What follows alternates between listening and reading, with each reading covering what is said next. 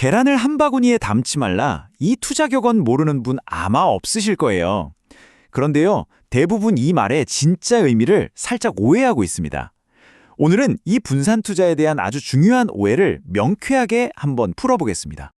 자, 본격적으로 시작하기 전에 머리도 풀 겸 간단한 퀴즈 하나 풀어볼까요?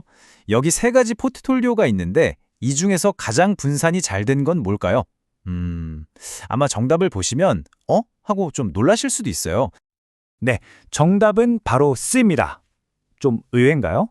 흔히들 분산 투자라고 하면 A처럼 성격이 다른 예를 들어 아이스크림 주식이랑 보일러 주식을 섞는 거라고 생각하잖아요. 하지만 진짜 핵심은 그게 아니에요. 예측이 어려운 위험 자산과 수익률이 거의 정해져 있는 무위험 자산을 섞는 것. 바로 이게 투자의 판도를 바꾸는 생각의 전환입니다. 이게 그냥 나온 얘기가 아니라 노벨 경제학상까지 받은 현대 포트폴리오 이론의 핵심이거든요. 생각해보세요. 주식시장이 막 폭락해도 국채 같은 무위험 자산은 그 가치를 지켜주잖아요. 이렇게 성격이 완전히 다른 둘을 섞어서 우리는 주식의 높은 수익률은 노리면서도 전체 자산의 안정성은 최대한으로 끌어올릴 수 있는 거죠. 자, 이 놀라운 원리를 제대로 이해하려면요. 우리가 그냥 막연하게 위험이라고 부르는 것의 실체를 좀 자세히 들여다볼 필요가 있어요. 사실 위험에는 두 가지 종류가 있거든요. 모든 위험이 다 똑같지가 않다는 거죠. 이 그래프를 한번 보세요. 되게 흥미로운 게 보이죠? 포트폴리오에 담는 주식 수를 하나, 10개, 30개 이렇게 늘려가니까 총 위험 수준이 눈에 띄게 팍팍 줄어들어요. 그런데 어느 순간부터는 아무리 주식을 더 담아도 더 이상 줄어들지 않는 위험이 딱 버티고 있죠. 바로 이 두 가지 다른 종류의 위험을 구분하는 게 핵심입니다.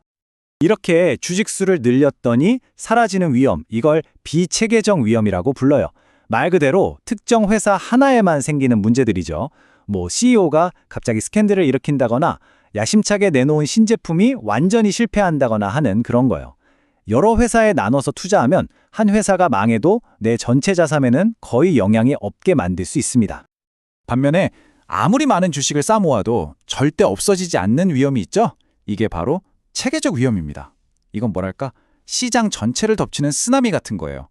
갑자기 금리가 확 오른다거나 경기 침체가 온다거나 하는 것들이죠. 이런 건 우리나라 주식만으로는 피할 방법이 없습니다. 자, 그럼 이제 이 두 가지 위험을 어떻게 다뤄야 할지 감이 오시죠? 일단 쉬운 것부터 해결해보죠. 우리가 얼마든지 피할 수 있는 위험, 바로 비체계적 위험을 없애는 방법부터 알아보겠습니다. 이게 분산 투자의 가장 첫걸음이에요.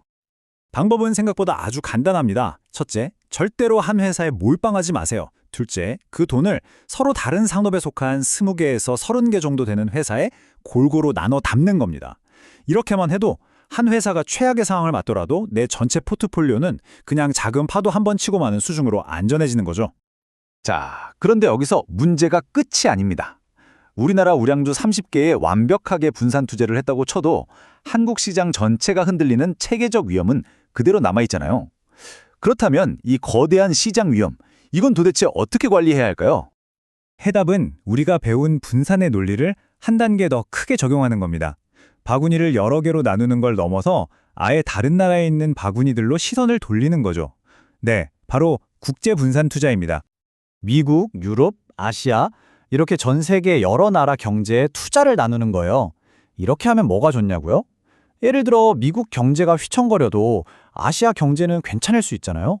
이렇게 한 나라의 체계적 위험으로부터 내 자산을 지킬 수 있게 되는 거죠.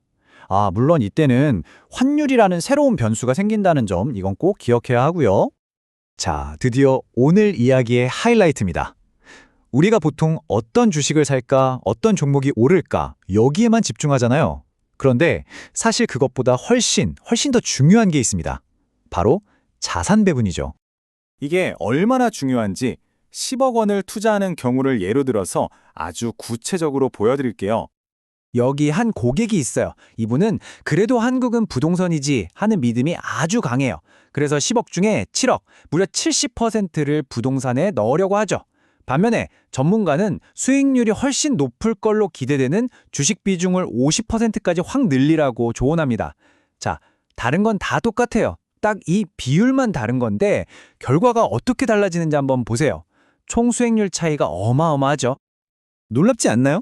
어떤 특별한 주식 종목을 고른 게 아니에요. 그냥 똑같은 주식, 채권, 부동산에 돈을 나누는 비율만 조절했을 뿐인데 1년 만에 기대 수익이 무려 1억 6천만 원이라 차이가 나는 겁니다.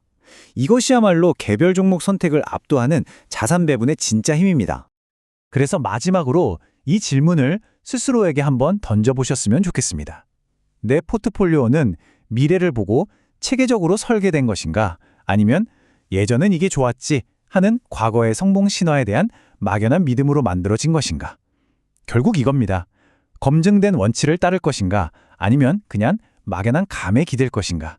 이 차이를 아는 것, 그게 바로 어떤 시장에서도 흔들리지 않는 튼튼한 자산을 만드는 첫걸음이 될 겁니다.